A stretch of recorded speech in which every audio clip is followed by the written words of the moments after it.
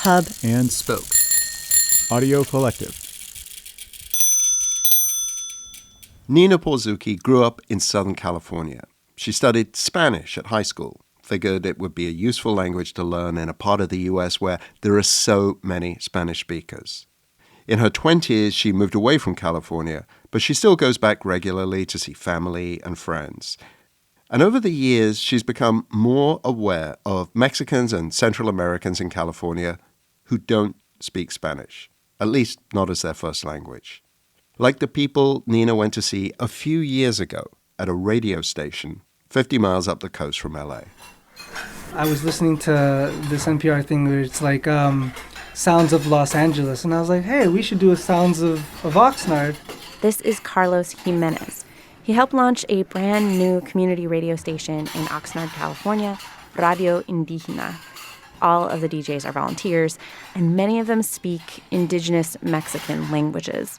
One DJ, Jesus Noyola, has a show called El Profe y la Poesía, the professor and the poetry. Jesus ended up recording the dishwashing machines at his job. He said he wanted to record it. He ran to his car, got the recorder, and turned it on and was recording the sound that I think is the experience of a lot of immigrants, a lot of people who work multiple jobs. En el ruido de la cocina y de los trastes. Behind the distracting sounds of the kitchen, he says, is a lot of stress. And so that's what Oxnard Sounds became for us.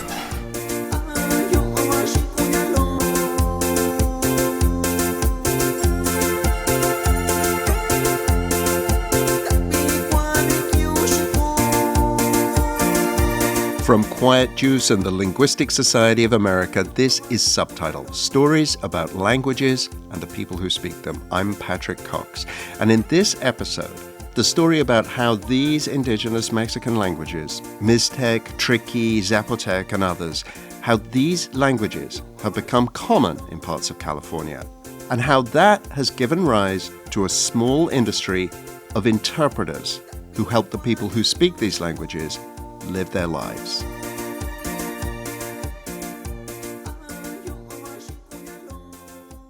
Attention please, massive transfusion emergency room.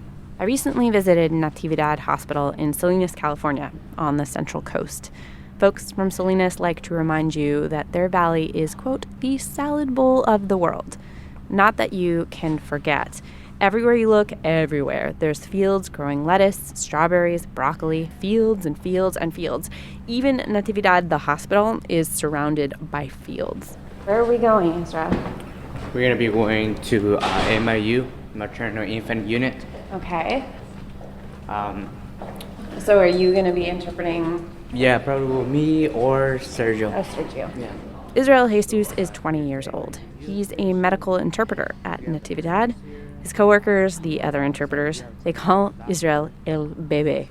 And despite his very adult, crisp blue blazer and his dress shoes, they're very nice, he does have this kind of baby face, this sweet, toothy grin. He has dimples.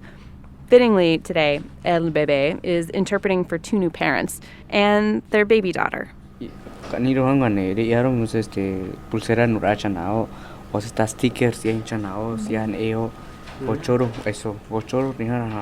Israel is trilingual.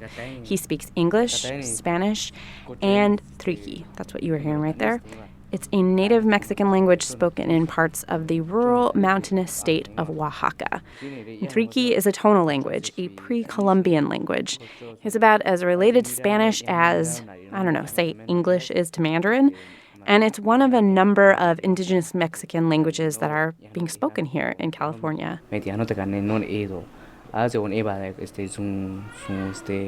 Israel is soft-spoken. He mumbles a bit. It's a trait I've been told that many Triqui people share. Several years ago, you'd never have found a Triqui interpreter like Israel roaming the hospital's corridors. In fact, you would have been lucky to find a certified Spanish language interpreter at Natividad. This was a problem that became clear to Linda Ford when she became the CEO of the hospital's foundation nearly a decade ago. I first went into the emergency department and asked one of the doctors, is there anything you need here in this emergency department? And he was so frustrated and just said, oh my goodness, I can't talk to my patients. I cannot talk to my patients. Linda found that it wasn't just communicating in Spanish that was an issue. 4 of the most commonly spoken languages of patients coming to the hospital were native Mexican languages. And within those 4 native Mexican languages, there were dozens of variants. And it was just amazing because I thought, well, I'll just hire indigenous interpreters. So let me find an agency that can provide interpreters. And I Googled indigenous languages to try to find interpreters, and nothing came up on the Google. Maybe there were interpreters in Australia, but nothing else. So what Linda thought would be just a minor problem to fix turned into something much, much bigger.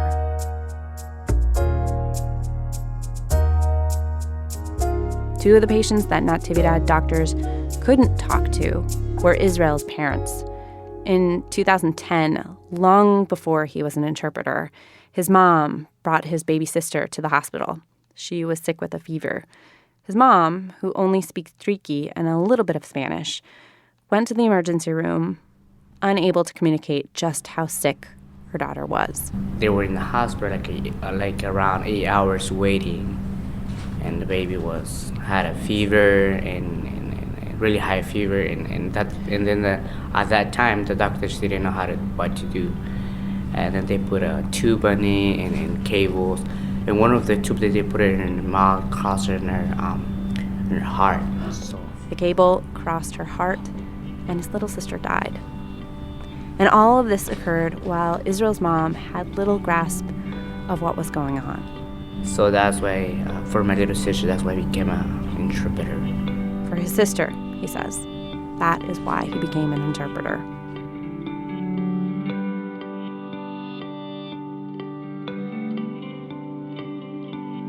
Of course, it would be years before Linda Ford would meet Israel. And in those initial years, when she was trying to figure out, how do I deal with this problem? How do I bridge the gap between doctors and their patients? Her search led her to Victor Sosa. I remember the first month I was here, I did 300 interpretations just myself, and that was it. That was the whole department. You're like running around the hospital. Yeah. Yes. Victor is a certified Spanish language, medical, and court interpreter. And when he came to Natividad 6 years ago, he began developing a program to train Spanish-speaking staff members around the hospital to aid in interpretation. And in setting up the Spanish interpreting program, he discovered something incredible. There were already indigenous language interpreters at the hospital.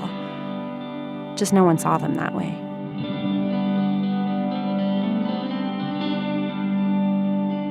And then Angelica came along.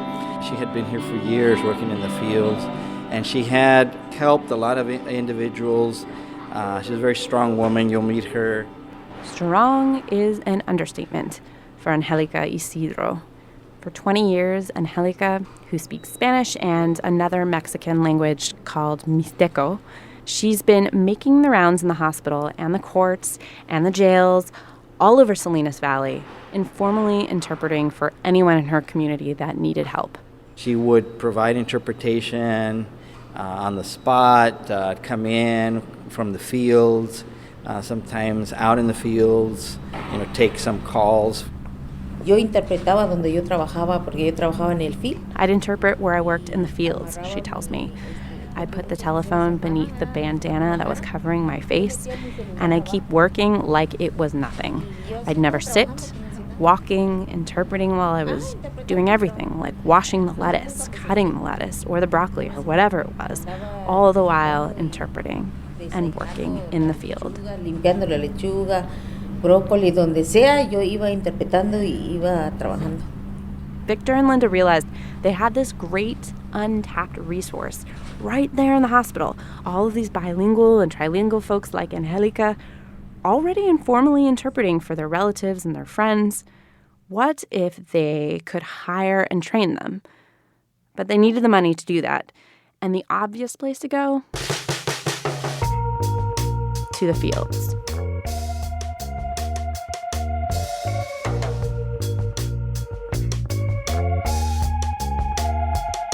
We're huge in Toronto. You go to any restaurant in Toronto, and you ask them, whose rapini or broccoli rabe you got? If you hate broccoli, you have John D'Arrigo's family to blame. I was up there on a tour, and I just, they knew who I was. You go, are you kidding? There's only one broccoli rabe, and that's Andy Boy. That's what the chef told me. John's father is Andy Boy, and his grandfather, an Italian immigrant, is often credited with introducing broccoli to the United States in the 1920s. He missed those little green trees from back home, and he asked his relatives back in southern Italy to send him some seeds. And so they did. And now John runs the family farm. Yeah, it looks like a refrigerator. Yeah, it's a giant refrigerator.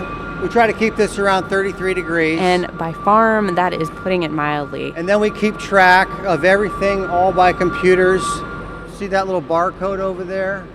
It is a multi-million-dollar business with thousands of acres across the Salinas Valley. We do head lettuce, cauliflower, all the broccolis, all the other stuff, but just romaine hearts, we'll cut 1 million heads a day, every day, every single day, 1 million heads. My days of growing up in the fields, speaking strictly Spanish, that's all there was, that I knew about anyway, to today, incredible difference in different types of people coming across. These indigenous Indian tribes from deep in Mexico, South America, I don't believe those existed back decades ago. In the fields. They weren't in your fields working with you. To me, it was just your regular Mexican agriculture, bracero worker. And now you have the Oaxacans and all these indigenous tribes, these languages that nobody knows how to speak because you've heard they're pre-Columbian, 3,000 to 4,000 years old. There's no Latin root. They're working in the strawberry industry a lot. They tend to be shorter of stature, so that would make it easier to harvest a crop that grows low to the ground. Not only has it gotten more difficult to communicate with farm workers, according to D'Arrigo, since 9/11, tougher immigration policy has caused a slowdown of migrant labor coming from south of the border. And his workforce, he says, has been shrinking over the last decade. This is every company all over the United States. You go to Georgia, the Vidalia onions, up in the apple country, up in Washington. Everybody's leaving perfectly good produce either in the trees or on the ground, and it's going to waste because we can't harvest it. We do not have the labor. And so I'm short 30 to 40% every day. I'm short hundreds of people every single day. I have machines, half of them are empty. I can't get the workers. These two pressures, the increased shortage of farm labor and the increasing inability to communicate with the farm workers, prompted D'Arrigo to do something about it and to reach out to the big farm families in the valley to address these problems. Together, they formed the Agriculture Leadership Council. It's a mouthful. All these other companies are finally realizing that, man, a huge portion of my workforce does speak these languages, and I better figure out how to communicate with them. They've all bought in to taking care of the workers they do have because we're not getting any more. So how can I endear my workers to me? I don't want them to go work for that guy over there and my competitor over there, because now we're in a bidding war on wages, working conditions, benefits, because we're all fighting for the same worker.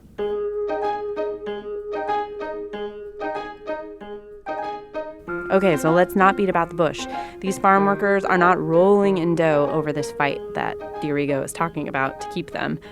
Wages are modest at best. But farmers from around the valley gave Linda and the Natividad Foundation the seed money to start an indigenous interpreting program at the hospital. These folks, they want the same health care I want for my family. Let's help them. Let's take care of our workers and their families, so they want to stay here, work for us, and know that we care about them. But how did these groups of native Mexicans, many from deep in the south of Mexico, many of whom don't even speak Spanish, how did they come to be working in the fields in California and be the patients seeking care at places like Natividad Hospital? This issue turned out to be a defining moment for our nation. This familiar voice is President Clinton at the signing of the North American Free Trade Agreement in 1993. In a few moments, I will sign the North American Free Trade Act into law. NAFTA will tear down trade barriers between our three nations. It will create the world's largest trade zone and create 200,000 jobs in this country by 1995 alone. NAFTA went into effect in January of 1994. And for the last 2 decades, the U.S., Canada, and Mexico have been trading freely without tariffs. But NAFTA continues to be the subject of scrutiny. So these years later, what has NAFTA brought? A trade agreement that is now 2 decades old and still the subject of debate. But the impact on agriculture has been wide-ranging and not always so positive, especially for small-scale farmers. Under NAFTA, Mexico could no longer tax things like U.S. corn, and the U.S. couldn't tax Mexican corn, by definition, free trade. Except the agreement didn't make it illegal to subsidize goods. So corn is one product that the U.S. has heavily subsidized in the years following the trade agreement. And while the U.S. can afford to heavily subsidize corn, Mexico cannot. And this has affected the native populations of Mexico enormously, says Seth Holmes. He's the author of the book Fresh Fruit, Broken Bodies. The native people I know from southern Mexico have felt like since the time the North American Free Trade Agreement was signed, it's been less and less possible for them as corn growers, that it's not possible for them to make a living anymore working on their own farms. So from the mid-1990s, a huge number of farmers moved north looking for work. Seth, who in addition to being an author is also a doctor and an anthropologist, he lived and worked alongside Triqui farm workers in Oaxaca, documenting their experiences for almost 2 years. And he saw firsthand how heavily subsidized American corn squeezed Mexican farmers out of business, especially indigenous farmers. Every family I know in the villages where I was had at least one person in the U.S. at any given time. Every family, in order for that family to survive, someone needed to be far away from the family, working and sending money back. So the question was never, is someone going to go? The question was always, who's going to go and when?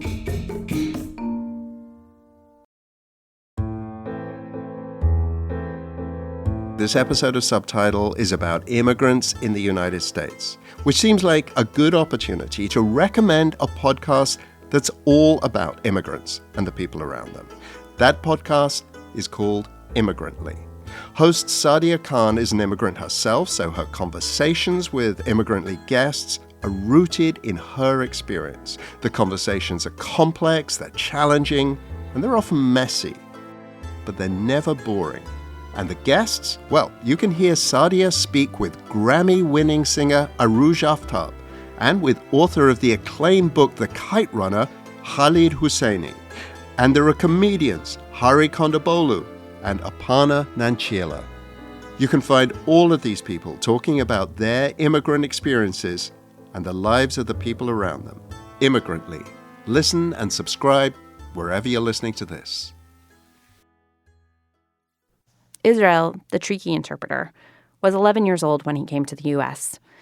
He crossed the border with his sister. His mom and dad had already been in the U.S. for about 2 years, working to make enough money to pay for the coyotes to bring the kids across. In Israel, when he came to the U.S., he struggled. In school, with limited Spanish and no English, the first years, he says, were like a blur. And it was really hard for me to understand the teacher, to communicate with the kids sometimes. And speaking Triqui felt like a burden, a mark against him even in school. So when I was in high school, one of the kids came by to me and they said, Israel, why are you in school? Don't come to school no more, man. You'll be working as your parents, they work in the field. I think I'm smarter than you. I told them that. And then he said, I don't think so. You're going to be working in the field as your parents. Suddenly when he said that to me, I got mad. Then I feel myself down and I said, why I'm from Oaxaca, you know? Why? I have to be from there. Why am I from Oaxaca? Why do I have to be from there? During the summers, Israel did work in the fields. And that high school kid's words continued to haunt him.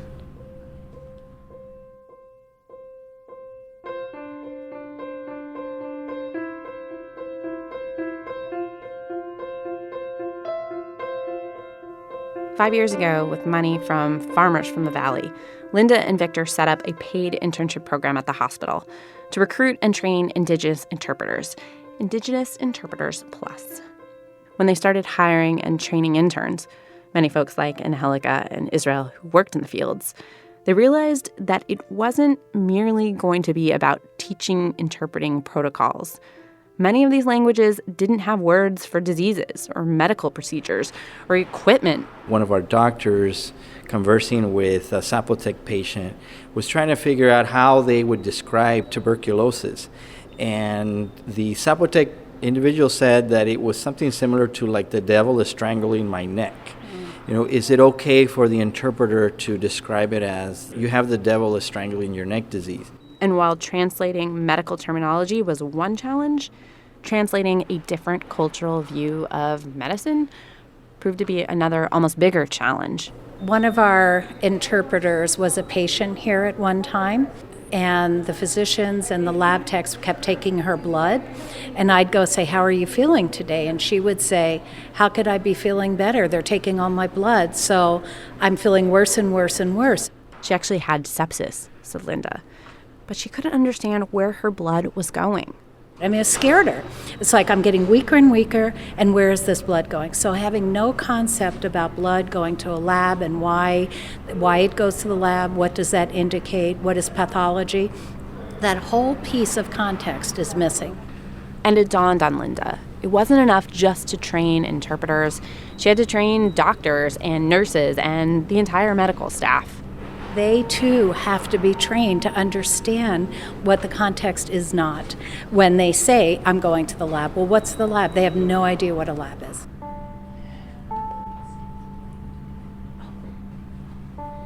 It's going to take time to teach the staff and the doctors and change medical culture, says Sebastian Marchevsky. He's a third-year resident at Natividad.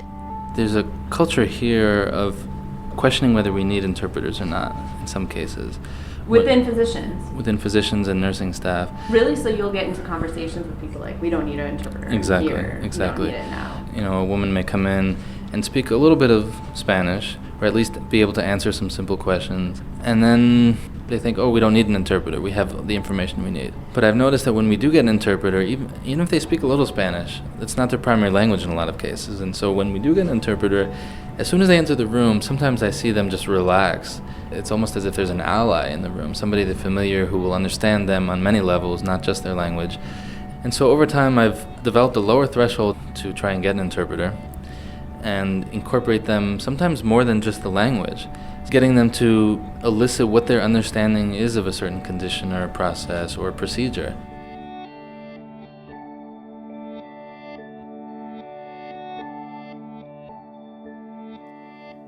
Four years ago, Israel was at the mall trying on shoes, and this woman started talking to him. She said, "Hey, good morning." And then she said, "You speak English?" And I told her, "Yeah, I do speak English." "Oh, awesome. Do you speak another language?" "Yes, I do."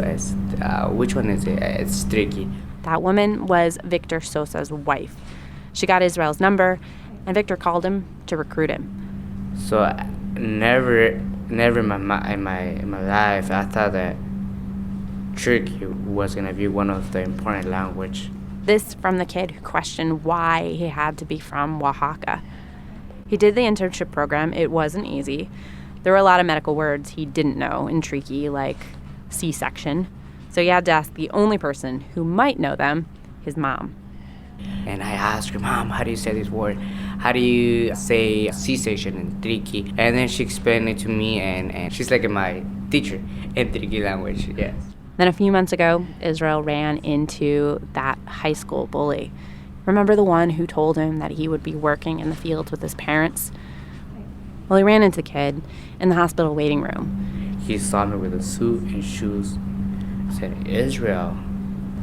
And then that's why he got surprised. That must have felt good. Yeah, that was feel good. I was like, I never thought that I wasn't working here in Natividad Hospital. He never thought that he would work at Natividad Hospital, and he never thought that Triqui would be the reason why. He says that many people he knows now, people who speak Spanish and English, they often ask him, "How do you get a job at the hospital?" "What do you need?" just need to speak very well Spanish and English and indigenous language. They will say, oh my God, I wish I could be from Oaxaca. I was like, oh my God, I'm from Oaxaca. Yeah, I'm from Oaxaca. He says that with his big, toothy grin. I'm from Oaxaca. I'm really proud that I'm from Oaxaca now, that my language is important here in Natividad Hospital. Israel recently started community college. He wants to be a civil engineer. And Indigenous Interpreting Plus now offers interpreting services for organizations all over the United States. Victor is now working with several folks to create an official Indigenous interpreting curriculum that they hope to publish early next year and train more interpreters, just like Israel.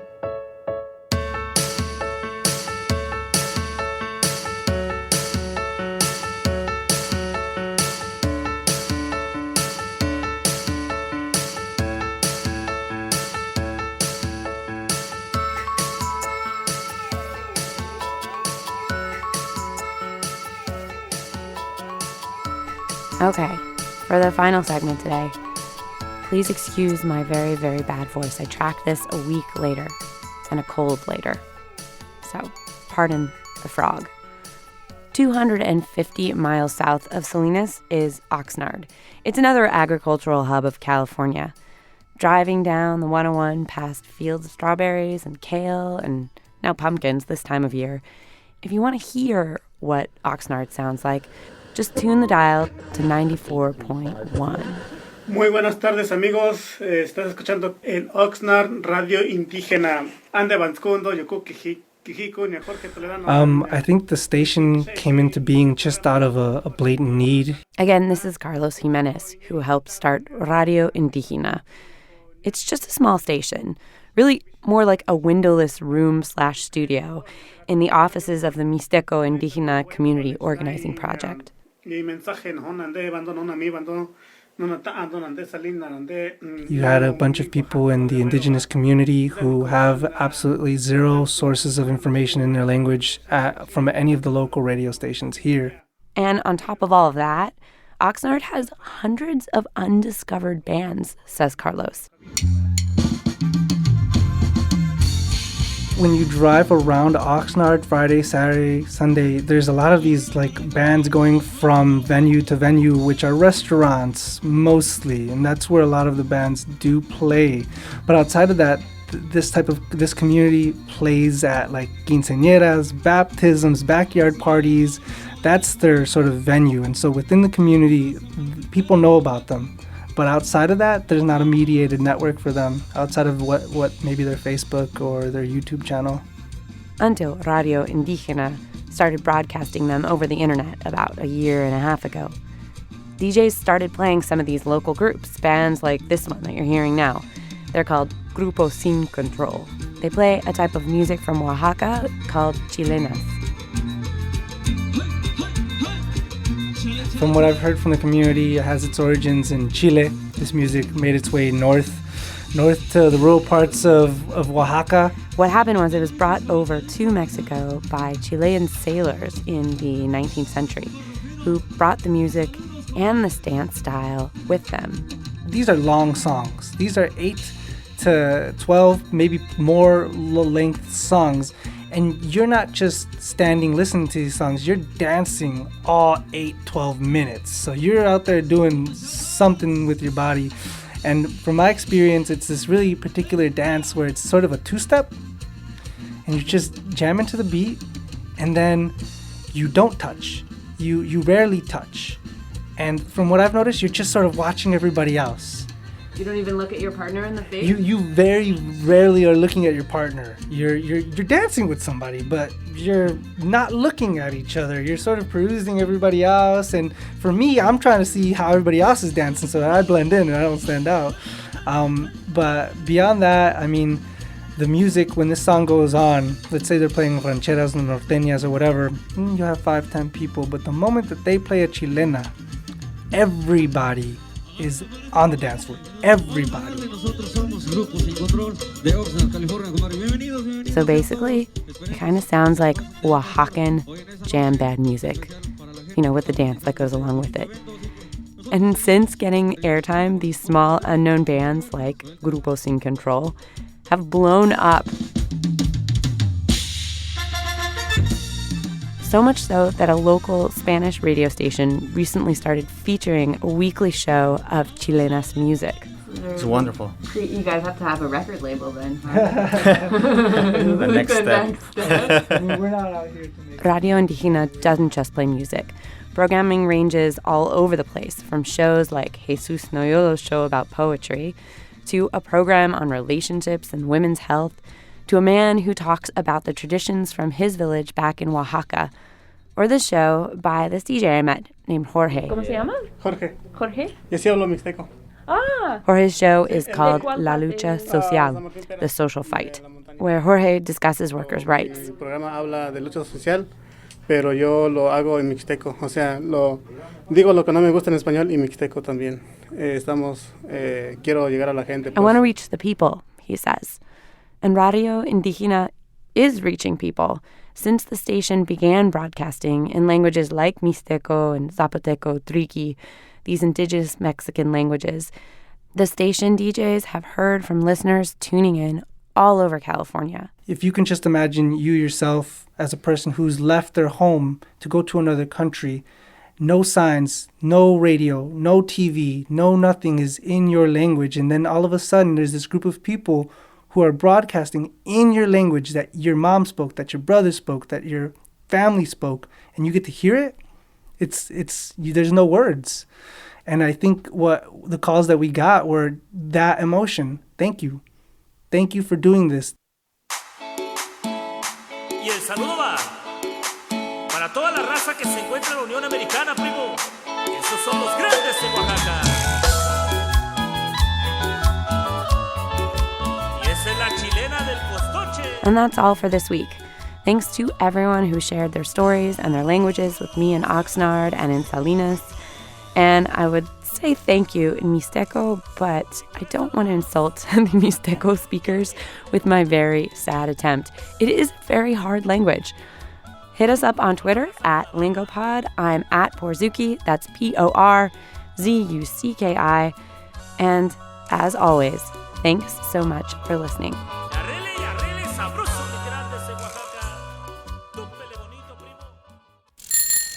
Hub and Spoke. Audio Collective.